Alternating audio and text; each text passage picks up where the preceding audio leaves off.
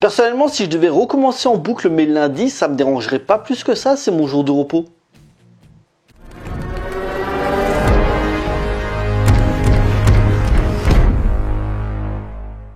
Bonjour à tous, il va être question de Comme un lundi, réalisé par Ryo Takebayashi.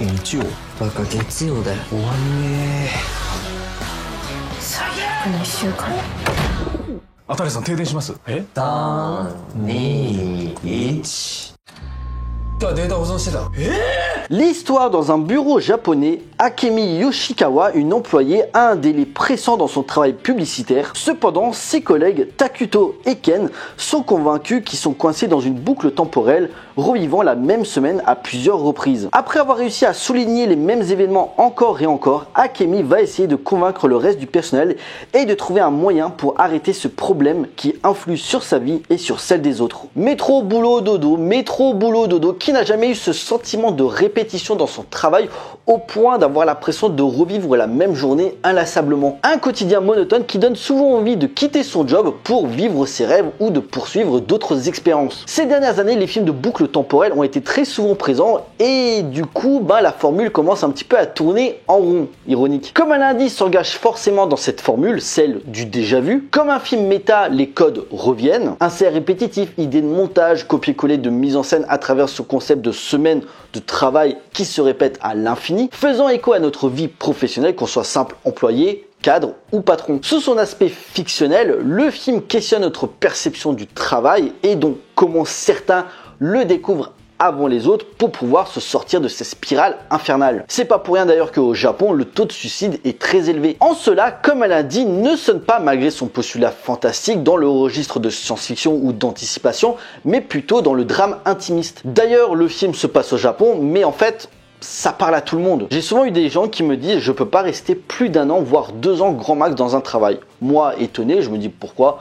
T'as une situation stable, t'as un bon salaire, t'as des congés payés, enfin c'est quoi le problème? Et ils me répondent tous, c'est la monotonie du quotidien. Elle me dit c'est toujours la pression de tes supérieurs pour faire du chiffre, t'as ton emploi du temps qui est le même à telle et telle heure, t'es au bureau, puis après t'es à la vente pour vendre les mêmes produits, voir les mêmes clients insupportables. À un moment, je sature. La métaphore de répétition est ici usée à foison, servant un propos, celui de l'aliénation au travail. À l'instar d'Un jour sans fin d'Harold Ramis qui était plus un conte moral, ou Edge of Tomorrow qui utilisait la boucle temporelle dans un contexte de fin du monde avec cette invasion extraterrestre. Donc, comme elle indique, on a cette agence marketing où les employés subissent cette semaine épuisante, devant respecter des délais de livraison que leur imposent des clients impossible à tenir, se tuant au travail, ne pouvant même pas rentrer chez soi pour se reposer, obligés de rester dormir là-bas. Une semaine horrible, l'une des pires de leur vie, qui sont condamnés à revivre jusqu'à trouver un moyen de trouver une issue. Mais l'intelligence du cinéaste Ryo Takebayashi, à qui je crois c'est son premier film, c'est qu'il joue sur les effets de répétition sans que nos héros s'en rendent compte tout de suite. Tant leur vie professionnelle joue sur les mêmes gestes, réflexions et décisions. Quitte à jamais se poser la question quand un pigeon s'écrase contre la vitre,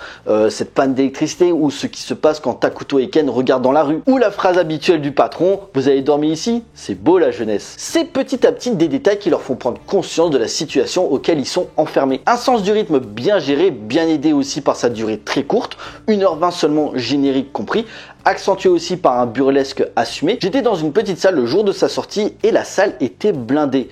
Et d'ailleurs, le public aussi a été très réceptif, il a bien rigolé.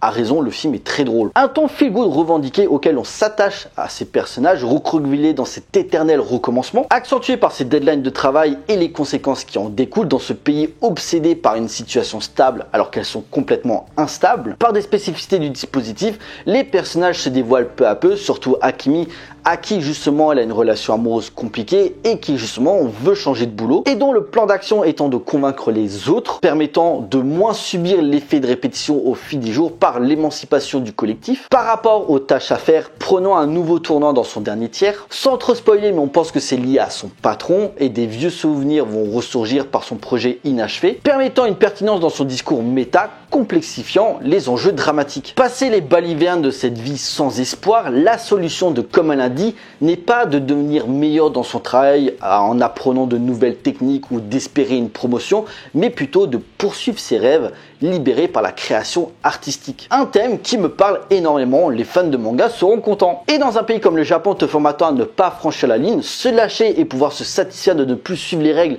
et les contraintes, accentuant les doutes et les questionnements existentiels, mais une naïveté idéaliste qui ne permet pas forcément un succès financier, mais un succès personnel. Et ça, pour moi, je trouve déjà c'est un beau message. Donc, je vous encourage à voir Comme un lundi. Il est malheureusement très mal distribué, à peine une centaine de salles, mais si vous avez un cinéma près de chez vous qui le diffuse, n'hésitez pas une seconde. Cette volonté de changer le monde vous donne toujours la banane, et ce film en fait partie. En conclusion, se jouant sur l'absurdité de la situation, Comme un lundi se présente comme une comédie touchante, suivant l'émergence d'un collectif englué dans cette boucle temporelle, concept ultra usé, mais dont le cinéaste évite bêtement de citer les codes narratifs et visuels habituels pour amener une dramaturgie émotionnelle qui pourrait s'annoncer comme un éveil des consciences, arrêtant de se lier à des standards imposés et réapprendre à vivre tout simplement. Voilà, cette vidéo est à présent terminée. J'espère qu'elle vous a plu. On like, on partage comme d'habitude. N'hésitez pas à me laisser des commentaires pour me dire ce que vous avez pensé du film. J'ai hâte d'avoir vos avis. Pensez à me suivre sur les différents réseaux sociaux pour suivre l'actualité de la chaîne. Et surtout,